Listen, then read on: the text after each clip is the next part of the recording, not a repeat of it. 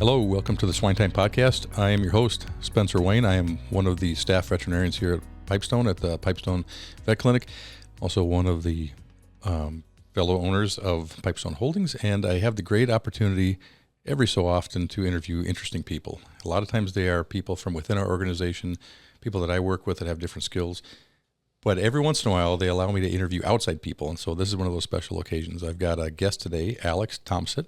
She's from the UK. She's a veterinarian, and she works with pig farmers there. And I thought, wow, she's here. We were together on a farm earlier today, and I thought, would you be a guest on my podcast? And she said yes, and so she's here. I'll turn it over to her, but Alex, why don't you tell us a little bit about yourself? Thanks, Spencer. I really appreciate the opportunity to join you today. I have been working with swine for nearly 15 years now. I'm based in the southwest of England, about 2 hours west of London. I have a husband and 2 kids at home who have very kindly allowed me the opportunity to come over to the States to experience your production, which I'm super grateful for. I qualified in 2003 and I've worked in the same practice since I qualified. Started working in sort of general agriculture, mostly dairy, with a key interest in swine right from the start, right from university. And I was given the opportunity by the people at the practice to move across into swine quite quickly by sort of working up my way up, doing small volumes of calls and helping them out because my ability to be pig clean was quite easy, doing a mixture of farm animal species to start with. And then I gradually developed my client base. So my exclusivity with swine sort of developed from there. Okay, so a couple vocabulary differences. You said, I qualified in 2003, and I thought, qualified for what? Qualified, it's another way to say you graduated? I graduated from vet school, yeah. Okay, and then you went to a kind of a mixed practice and then started working with your pig clients.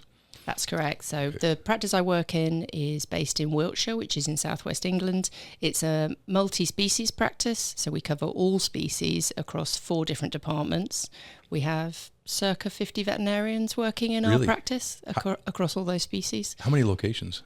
We have a main hospital, which is where all of the ambulatory vets are based out of. So the farm animal, pig and equine vets are based out of there. That's also where our small animal hospital is. We also have 3 satellite small animal branches, all with small surgical capability. And we also have another interest in a practice about 20 miles north of the main centre. Okay. Is that common to have a veterinary clinic setting like that with multiple locations and 50 vets, or is that unusually large? We are quite large. We're probably one of the largest, if not the largest, mixed practice in the UK, independent mixed practice. And it's not uncommon to have a model where you have satellite sites, particularly in small animal, because you would cover a larger geographical region and be able to service more people. It obviously gives us the opportunity to be able to service our agricultural clients better because we can supply medications out to those more remote locations via our branch practices as well. Okay. So this morning I left my house and I drove 2.5 hours to meet you at the farm, and that's a pretty typical day for me. I'll drive 2 to 3 hours and I'll be at a farm and I'll be there the bulk of the day, and then I'll drive back and I might hit another site on the way back. For you, where you are, is it common that all your clients are within an hour, within half an hour, within 3 hours? What is the drive distance on a daily basis that you might be going to? Within our swine geography, we're quite dispersed, particularly for the UK model. So the southwest of England, the pig farms are much more spread out than they are in other regions of the country. The other 2 main areas of the UK with pig production are the northeast and sort of East Anglia, the eastern part of the country, and that's much more geographically dense in terms of pig numbers. So in the southwest, we are much more dispersed. Mm-hmm. It would not be uncommon for me to do a 2.5 to 3 hour drive to get to one of my sites. So what I've done today with you is quite familiar. Yeah, that's actually kind of similar to here, because if I go a couple hours south of here to our group in Orange City, those guys have, every corner has a pig barn on it. And so they are much more like what you described in East Anglia or the northeast corner of the country. So, okay, well, that's interesting. And you do swine exclusive practice, or are you still doing cattle? Or I've been exclusively swine for between 15 and 17 years now. Oh, okay. So we were talking a little bit earlier today. What's your largest client? What's your typical client? Kind of describe that client that you work with in England. We have a selection of clients right across the spectrum of people that keep pigs, from those that decide to keep them as pets and those that keep them on a larger commercial basis. We would have sow herds upwards of 1,000 pigs and right down to sort of 50 to 70 on a commercial setting. I believe at the moment the UK average herd size is about 500. 500 sows, or is 500 sows. Okay. But obviously there's quite a spectrum on that. We have a large operation that we work with who has multiple breeding herd sites, and across their entire operation they would be looking at between 12 and 15,000 sows. Okay. And they're kept outdoors. Okay, so this gets to my next comment/question, which is, when we were showering out of the unit we were just at, I said, well, how many have showers? And you said, oh, most don't. I said, wow, what kind of country you got? You don't even have showers to get into your sow. You said, well, like half of the sows are outside, so it doesn't make a lot of sense to worry about showering when you're just going to walk right out to a pasture that you were just standing next to anyway. So that's a big difference from what we got here. That is probably the fundamental difference between the production that I've seen out here and what we're used to back home. We would keep approximately 40% of our sow herd in an outdoor setting. And by outdoors, that is the entire production cycle of the sow outside. And then the remaining 60% of the sow herd would be housed indoors. And that typically would involve crated farrowing, but free access stalls or open pen design for the remainder of their gestation period. There is no sow farm in England that is crated the entire time. There are no. Okay, by law. By law, we are not allowed to confine sows for the entire production cycle. Okay. The growing pigs, are they all in confinement type buildings, or some of those are also raised outdoors? What's the difference there? There's quite a limited population that is raised through to market outdoors. It's circa 2 to 3% of the grow finish population would be kept entirely outdoors. So born outdoors from outdoor sows and then marketed from the field.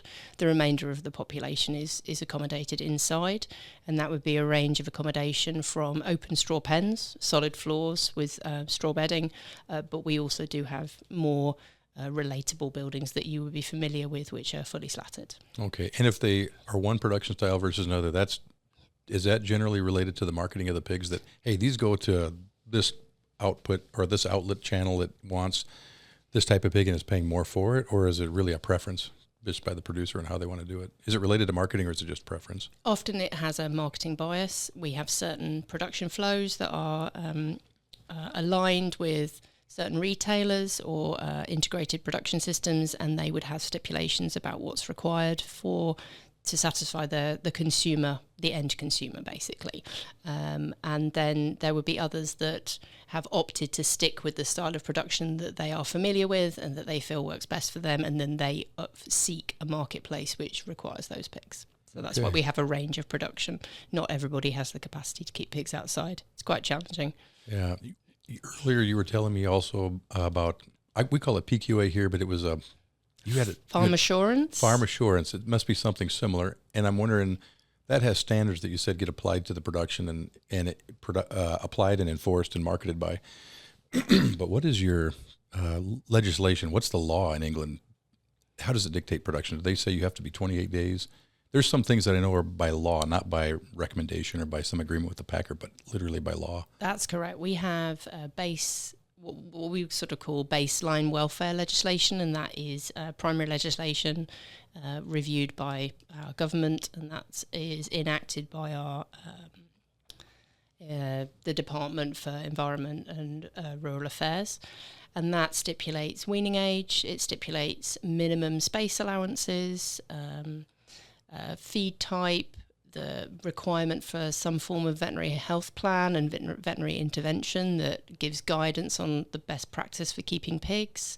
It doesn't necessarily stipulate that you have to have regular veterinary visits, but you have to have the ability to seek veterinary advice and for them to provide information on best practice and also how to utilise feedstuffs, preferences for euthanasia technique, livestock, dead stock disposal, those sorts of things. So there's some key areas that are covered by legislation, and then what farm assurance tends to do at its primary level is enact that legislation in terms of standards to work towards, but will add a degree of gold plating to give that next level up for the pigs, and that provides an assurance to the retailer and the packers as to the standard to which those pigs are kept, and that is standardized across all of those pigs within that scheme.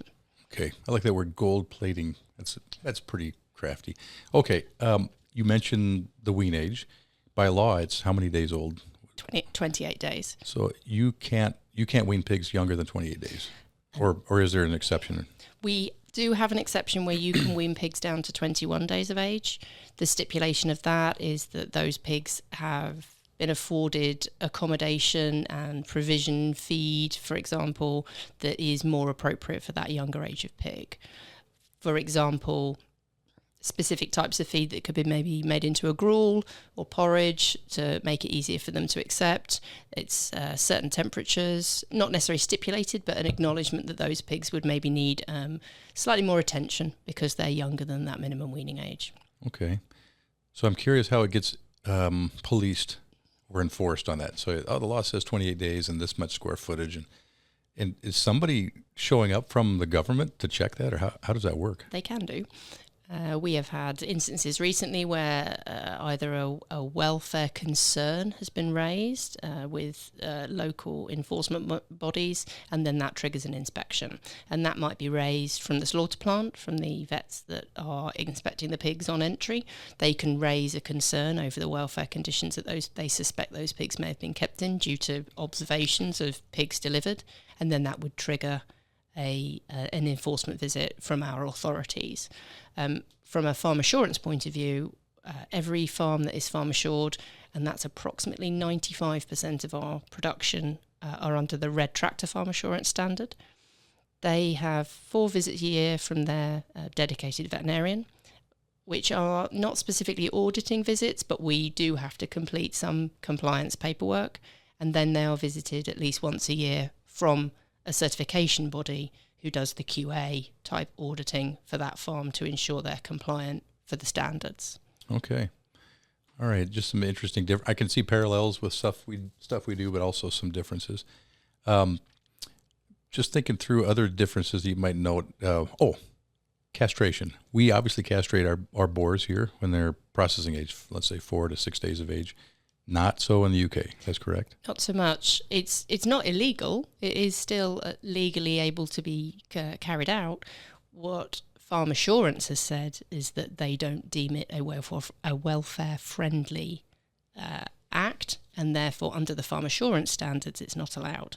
Therefore the majority of boars in the UK are not castrated. It's not exclusively. We do have some clients who have their own route to market that doesn't involve them having to follow the farm assurance standards, and they may well take the option that they would prefer to have castrated boars. Okay, and I was surprised when you told me that the market weights weren't 240 pounds. It was much heavier. 280 pounds is what we came up with roughly. Yeah, slaughter weights have gone up over the last few years. We're probably sitting at a dead weight of about 95 kilos. Please don't ask me to translate that. I got to get that to American, but that would translate with a 74-75% kill out. We're looking at well over like 120 kilos live at slaughter. 120 kilo. Okay, 120 times 264 pounds, and that's for barrows and boars and gilts. Yeah. Yeah, we don't segregate, and of course, without the boars being castrated, we don't specifically split out every batch in terms of what the boars and the gilts weighed. We do have a number of systems where they would split sex through their barns because of the requirements of whatever farm assurance body that they're adhering to the standards of. Okay. What about tails? I didn't ask you about that earlier, but do you dock tails? We do. It is... Our legislation has funny wording. It's probably the best way of describing it. A lot of our legislation will say you can't do this unless. And so technically, the mutilation, as it's classed in the UK, of tail docking is not a legal act. However, there are ways in which we can derogate to allow it to take place. So in reality, quite a proportion of pigs in the UK are still docked, but the producers have to provide a significant level of evidence to prove that they are doing everything they possibly can to mitigate against tail biting.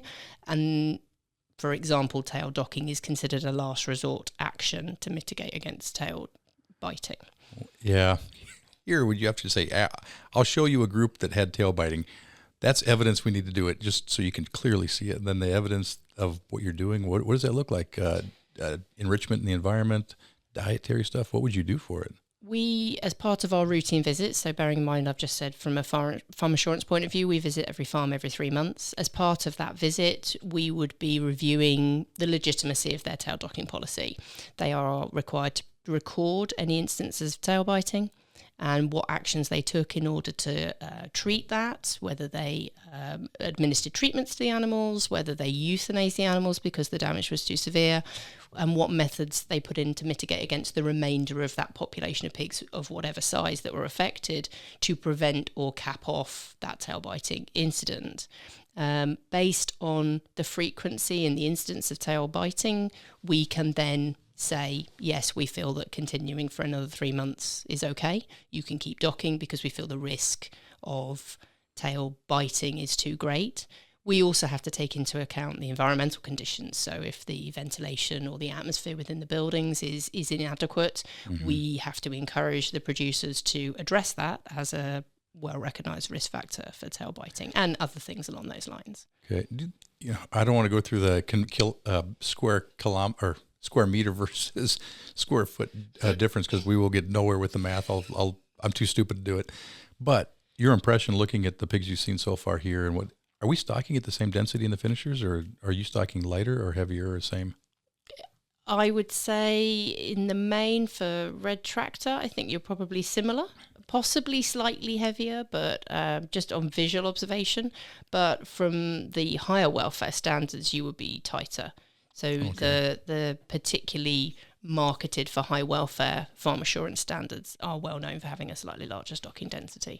The reason I was asking is if we're stocking at, we would say 7 or a little over 7 square foot per pig in the finisher. It could be a little under 7, but something like that. That seems to be influential on tail biting or some of these vice formations. And I'm thinking, man, I don't know how lightly you end up having to stock. In the UK, if you have to do everything to mitigate that, if you end up being extremely lightly stocked or low density stocking to mitigate that or to stop it. The attitude that we tend to take is if you are adhering to the standards and you are following that and the stocking density isn't exceeding what is allowable under the standards to which you're expected to keep your pigs, we may suggest reducing stocking in the instance of an outbreak in order to cap that off. Okay. But we wouldn't necessarily go to the extent of saying, well, you just need to completely reduce your stocking across the entire farm. We would probably look to decide whether there's a resource issue in the pen. Mm-hmm. So rather than necessarily significantly reducing stocking, we might suggest they provide additional feeders or think about the availability of resource, if there's any refuge areas they could provide to encourage pigs to divert themselves away from interfering with each other.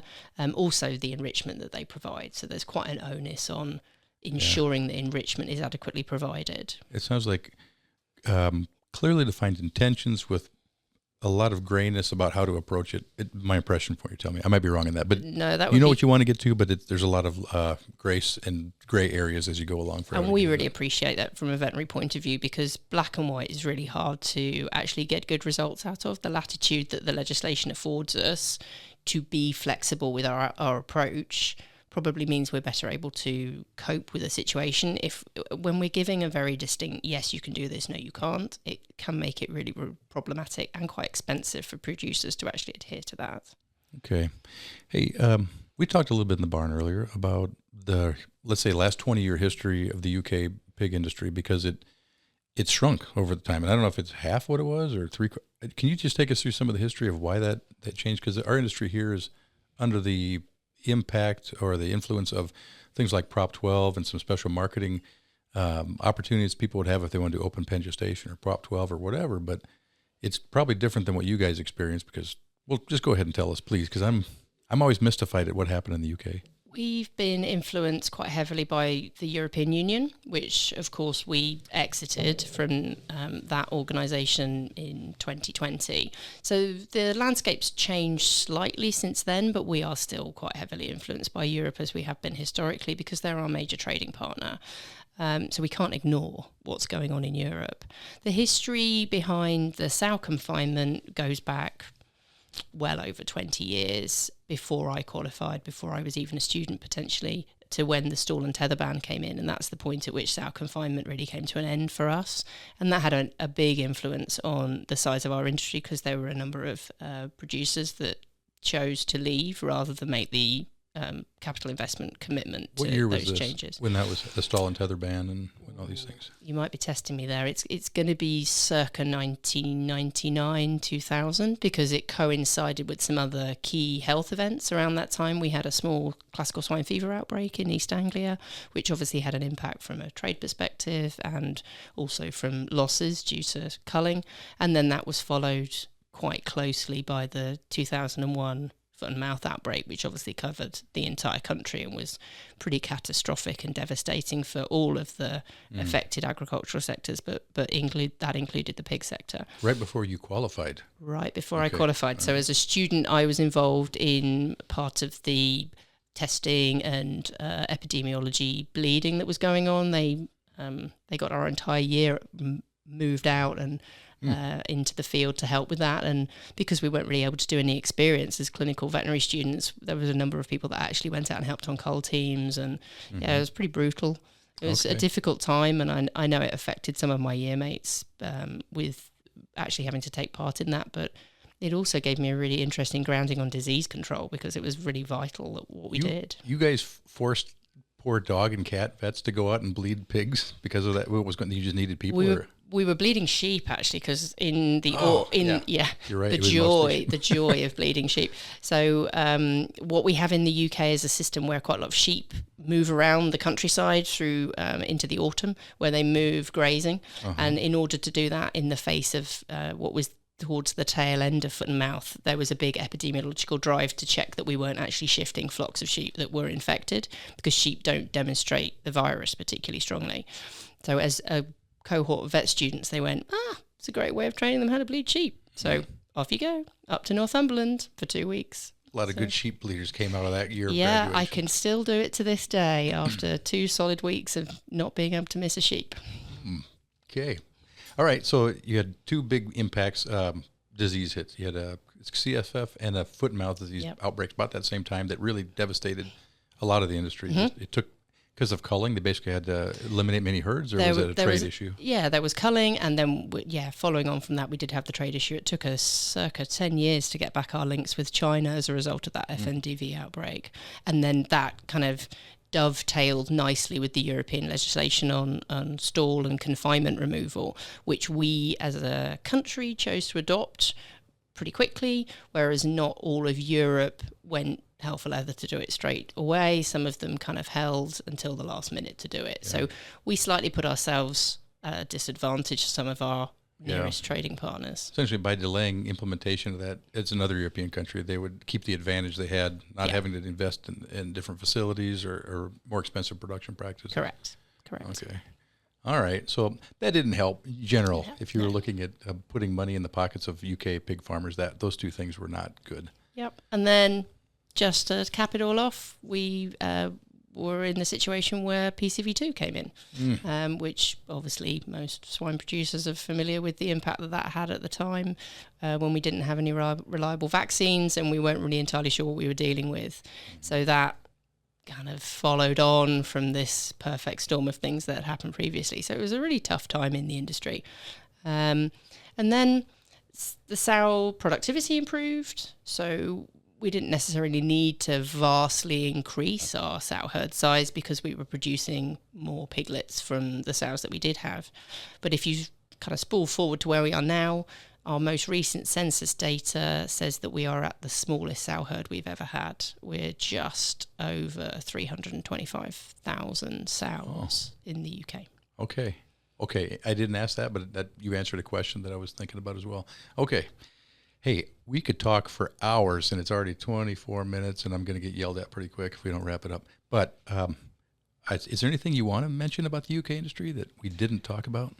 I think the major difference between the systems I see over here and what I experience in the UK is probably the outdoor facet. And although on the outside, people probably think we're a little bit crazy for doing that, it's become quite a unique selling point for our production, and we are really proud of what we managed to achieve outside. And the production figures from outdoor sow herds are not that dissimilar in the top tier to those that can be achieved indoors. So that's probably a nice take home at the end of this. So related to that, we were talking about our weather, and so the nice thing about your units of measurement and ours is at 40 below, Fahrenheit and Celsius are the same, and that's what we experience. Not that uncommon here. So outside pig production changes when it's 40 below Celsius or Fahrenheit.